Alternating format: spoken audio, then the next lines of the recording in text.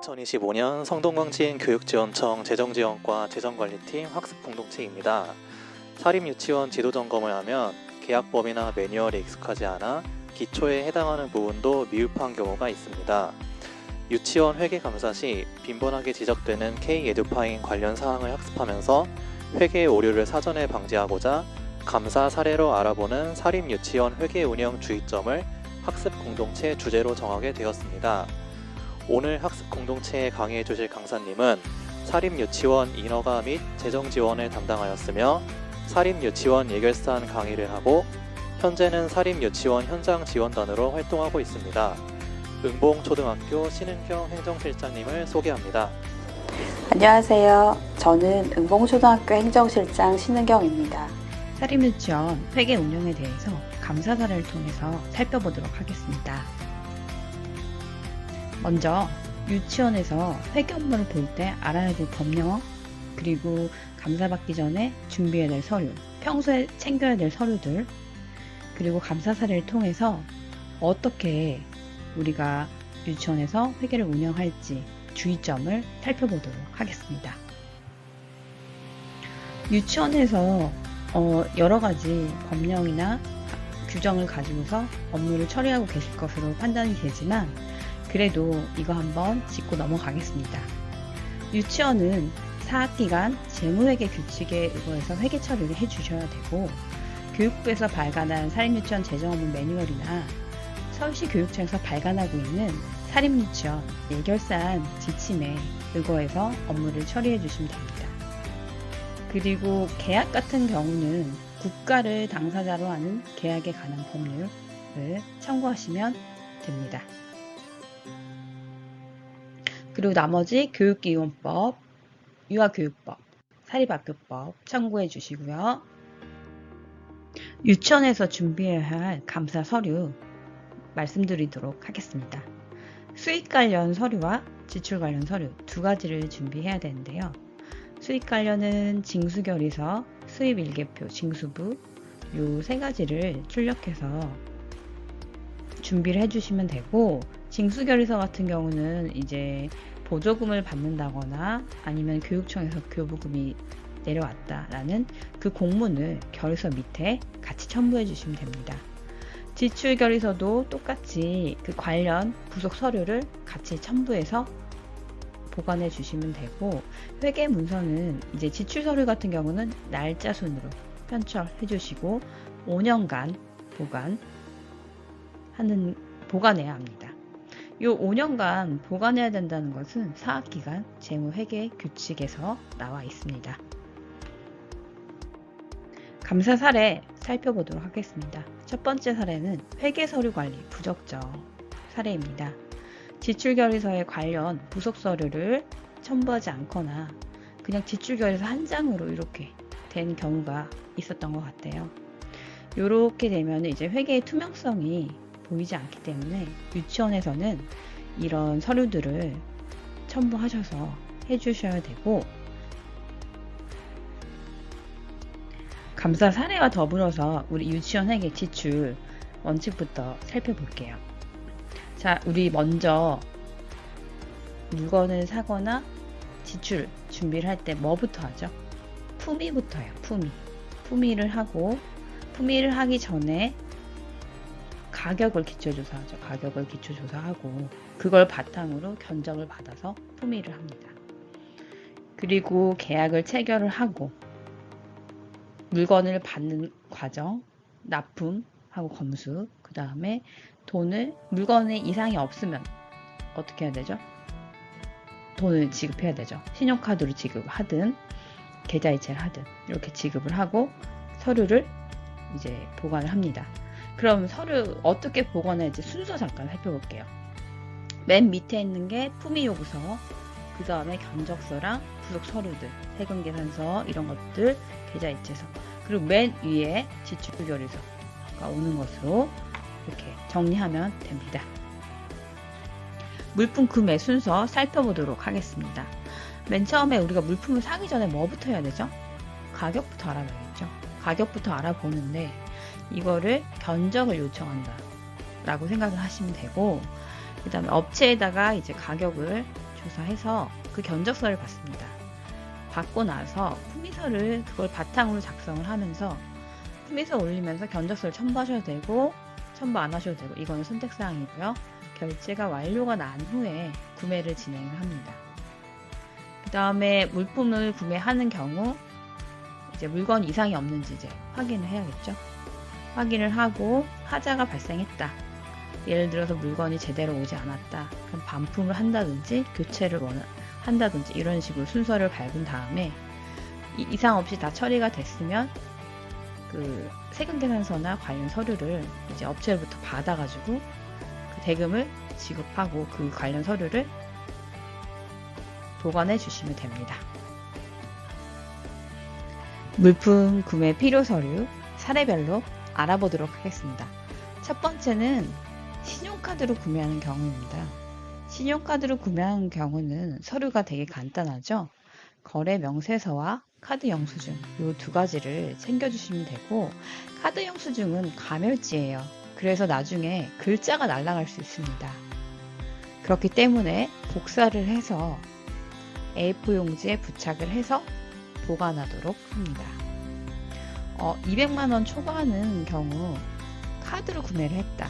요거는 견적서를 필수로 해주시고 거래 명세서, 카드 영수증 이렇게 챙겨주시면 됩니다. 우리가 300만원 이상 교부장을 구매했다. 이럴 때는 견적서, 세금계산서, 사업자 등록증 사본, 통장 사본, 수납상 이런 서류들을 구비해 주시면 됩니다. 1000만원 이상 교수님 책상 구매 요건은 다음 사례를 통해서 살펴보겠습니다.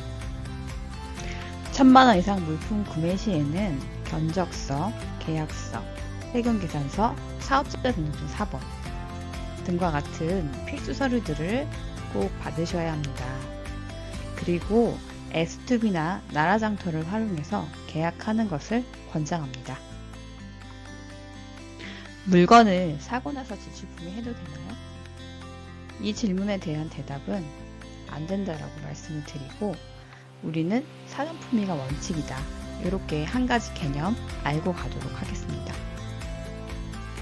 지출품위를 모든 항목에 대해서 하는 것은 아니에요. 지출품위가 생략이 가능한 경우가 있는데 전기요금이나 수도요금, 가스요금 이런 공공요금 같은 경우 생략할 수 있고요. 그 다음에 렌탈 등의 용역계약, 그 다음에 인건비 이 세 가지 항목은 생략할 수 있습니다. 또 여기 보시면 직제급 업무추진비 원장님한테 드리는 거 있잖아요. 그 항목도 품위 생략 가능합니다. 네, 이번에는 마지막으로 정리하고 갈게요. 회계서류 보관 기간은 5년이다. 다시 한번 강조하고 가도록 하겠습니다. 두 번째 감사 사례는 카드 통장 관리 소홀 부분입니다. 카드 통장에서 발생한 이자를 유치원 회계로 징수하지 않고 그냥 방치한 사례입니다. 실제로 우리 유치원에서 쓰는 통장이 몇 개 있죠? 유치원 회계 통장, 신용카드 통장, 세입세출의 현금 통장 이렇게 세 가지 정도 있을 거라고 예상이 되는데요. 여기에서 모두 통장에서 발생한 이자는 모두 학교회계로 이관해서 세입 조치해야 합니다.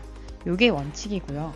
이자 수입 처리 방법은 다음 장에서 살펴보도록 하겠습니다.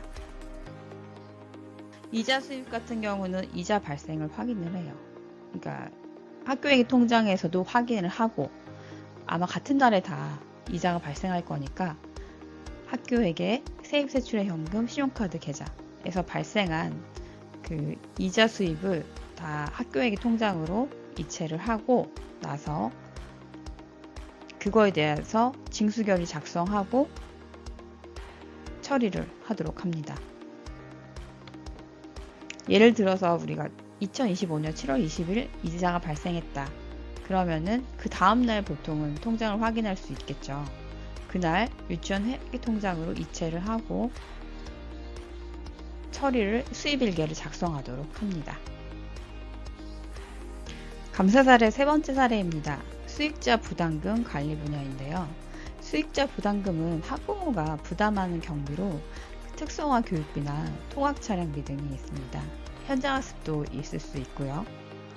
이런 수익자 부담 경비는 바로 사용하고 끝나는 것이 아니라 학교 회계에 편성된 교육비와는 다르게 사업이 종료된 이후에 10일 이내 정산을 해야 되고 유치원 홈페이지에 공개하도록 합니다. 감사 지적된 부분은 정산을 실시하지 않거나 결과를 공개하지 않은 사례 등이 있습니다. 다음은 수업료 징수 부적정 사례입니다. 수업료를 유치원 회계로 징수하지 않고 세입세출의 현금으로 징수하는 사례가 있었습니다. 이런 경우는 어떤 경우냐 저희가 살펴보면은 이제 회계연도 전에 이제 학생들한테 이제 신입생 원화를 모집을 하잖아요, 유치원에서. 그럴 경우 이제 예산을 성립이 되기 전이니까 아마 세입세출의 현금으로 받았던 것 같아요. 그런데 이렇게 하시지 말고 세입세출의 현금으로 받으면 안 되고 맨 처음에 이제 신입생 원화가 확정이 되면 2월 말 정도는 예산이 편성이 되잖아요. 그럼 징수도 할 수 있습니다. 그때 징수를 할 수 있을 때 그때 수납을 받으시면 됩니다. 예산이 편성되고 확정되면은 그 다음 회계연도에 징수 가능하기 때문에 그때 맞춰서 해주시면 되고, 부득이하게 이제 예산이 늦어졌다 그러면은 3월 달부터 이제 징수를 해주시면 됩니다. 다음은 5번째 감사 사례로 현장학습 차량 계약 관리입니다. 우리 유치원에서 현장학습 많이 가잖아요. 그리고 버스도 계약도 많이 하고요. 그럴 경우 이제 안전 관련 서류가 미비한 경우가 많이 지적이 된 것 같습니다. 우리 차량 안전 확인을 위해서는 차량 안전 보험증권 사본, 차량 등록증 사본, 전세버스 교통안전정보 조회결과 통보서, 운전자 적격 여부 확인 서류, 이런 서류들을 유치원에서 받아두시면 됩니다. 다음은 시설공사 계약 방법 부적정 사례입니다. 유치원에서 아마 분할 계약을 했던 사례가 있었던 것 같아요. 1억 이상의 공사를 진행을 하면서 분할 계약을 한 거예요. 이게 어떻게 된 사례냐면은 총액은 1억이지만 그 1억 자체에서 일정 2천만 원 정도는 보조금에서 받은 거였고 8천은 그러니까 유치원 회계 예산에서 이제 편성이 된 부분이었던 것 같아요. 그 두 개를 그러니까 재원 성격이 다르니까 이제 분할해서 계약을 했는데 실제로는 같은 날에 공사를 하기 때문에 분할해서 계약을 하면 안 됩니다. 그리고 1억이 넘는 공사 같은 경우는 일반 경쟁 원칙이고요. 예를 들어서 수의 계약을 하고 싶다. 그런 경우는 2천만 원 미만의 경우만 가능합니다. 이 2천만 원이라 하면 추정 가격이기 때문에 부가세가 포함이 되지 않은 가격이기 때문에 실제로는 2,200만 원까지 공사가 가능합니다. 계약 관련 법적 근거 요거 국가를 당사자로 하는 계약에 관한 법률 요거를 참고하셔서 계약할 때 살펴보시면 될 것 같습니다. 유치원에서 1,000만 원 이상 계약을 체결할 때 꼭 받아야 되는 것이 있습니다. 바로 인지세인데요. 인지세는 과세문서에 부과되는 세금으로 계약 당시에 업체에서 유치원에 제출하는 것입니다. 계약 금액별로 살펴보면 1,000만 원 이상은 2만 원, 3천만 원을 초과하는 경우는 4만 원, 5천만 원 초과하는 경우는 7만 원의 인지세를 납부해야 합니다. 전자계약을 하면은 더 편리하게 인지세를 받을 수 있습니다. 마지막으로 예산 관련 감사 사례 살펴보도록 하겠습니다. 회계말 정리추경 관련 부적정 사례입니다. 회계연도가 종료된 이후에 예산을 편성하거나 확정하는 사례, 교육지원청에 예산을 보고하지 않는 것, 그리고 유치원 홈페이지에 예산을 공개하지 않는 것, 세입세출 예산과 실제 집행액의 불일치해서 결산 오류가 발생하는 이런 사례들이 감사에서 지적되고 있습니다. 실제로 정리추경 같은 경우는 회계 종료 2월 말 이전에 완료해야 됩니다. 그리고 예산 같은 경우는 편성된 날로부터 15일 이내에 교육지원청에 보고를 해야 되고요. 예산 편성 이후 유치원 홈페이지 공개하는 것도 의무입니다. 그리고 교육청에서 발간한 사립유치원 예결산 지침을 준수해야 합니다. 예산의 개념 살펴보겠습니다. 예산은 본예산과 추경예산 두 가지가 있는데요. 본예산은 회계년도 시작 전에 편성하는 최초의 예산입니다. 유치원 운영에 필요한 1년간의 수입과 지출에 관한 예정적 계획인데요. 1년 동안 수입과 지출에 관한 계획이다. 예를 들면은 우리가 유치원에서 교육과정을 1년 동안 짜죠. 그 1년 동안의 교육과정을 수행하기 위해서 필요한 게 뭐예요? 돈입니다. 돈. 돈이 뒷받침돼야 교육과정이 잘 이루어질 수 있죠. 1년 동안 돈이 얼마가 들어올지 수입, 그리고 얼마가 나갈지 지출. 이것을 계획을 세워요. 수입에 대한 계획은 세입 예산, 지출에 대한 계획은 세출 예산. 이렇게 편성을 합니다. 우리가 1년 동안에 얼마가 유치원에 들어와서 얼마를 쓸 거야 라고 본 예산을 세워놨어요. 그런데 변화가 있을 수 있죠. 예를 들어서 중도에 태어나는 원화가 있을 수 있고 전학으로 오는 원화가 있을 수 있어요.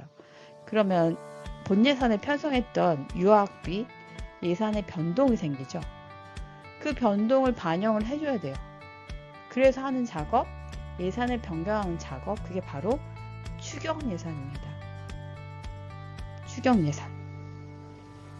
그 이유 때문에 추경 예산을 편성을 하는 거고, 실제로 유치원에서는 추경 예산을 많이 편성하기 좀 어려워요. 현실적으로. 행정적인 인력이 부족할 뿐더러 이제 그런 업무할 시간이 없을 수도 있고요. 그래서 이제 보통은 한 번에서 두 번 정도 추경 예산을 편성을 하는데 마지막에 회계 말에는 꼭 한번 정리 추경을 해주셔야 됩니다. 정리 추경을 하지 않으면 어떤 문제가 발생하냐면 결산에서 오류가 생길 수가 있어요. 추경 예산 마무리가 안 된 상태, 그러니까 성립 전 예산이 그대로 남아있다. 그게 추경에 반영이 안 됐다. 그러면은 결산이 되지 않습니다. 그래서 결국은 2월 말에 정리 추경 우리 못했어요. 그럼 3월 달이라도 꼭 해주시고, 늦어도 교육청에 꼭 제출해 주시고요. 기한을 놓치면은 놓치는 대로 꼭 정리 추경 해주셔야 됩니다. 감사 사례를 통해서 회계 운영 주의점에 대해 살펴봤는데요. 회계 투명성 강화를 위해서는 사립유치원에서는 규정을 숙지해 주시고, 처음에 말씀드린 그 법령들 한번 업무하시면서 보시고, 그 다음에 교육지원청에서 주관하는 그 회계 업무 연수, 이 교육에도 꼭 참여를 해주세요. 그리고 유치원들 연합회가 있잖아요. 거기서 이제 감사 사례라든지 회계 운영 사례들 공유해 주시면 유치원 회계 운영의 투명성을 확보하는 데 더 도움이 될 것으로 예상됩니다. 자, 여기까지 교육 내용은 마치고요. 회계 운영의 투명성 강화는 학부모 신뢰, 안정적인 유치원 운영의 기본이 됩니다. 오늘 강의 자료는 유튜브 링크를 통해서 제공해드리고, 오늘 강의와 관련해서 문의사항이 있으면 댓글을 남겨주세요. 그러면 제가 답변하거나 나중에 어떤 교육이 필요할지에 대해서도 댓글을 남겨주면 교육지원청에서 검토해 보도록 하겠습니다. 네, 감사합니다.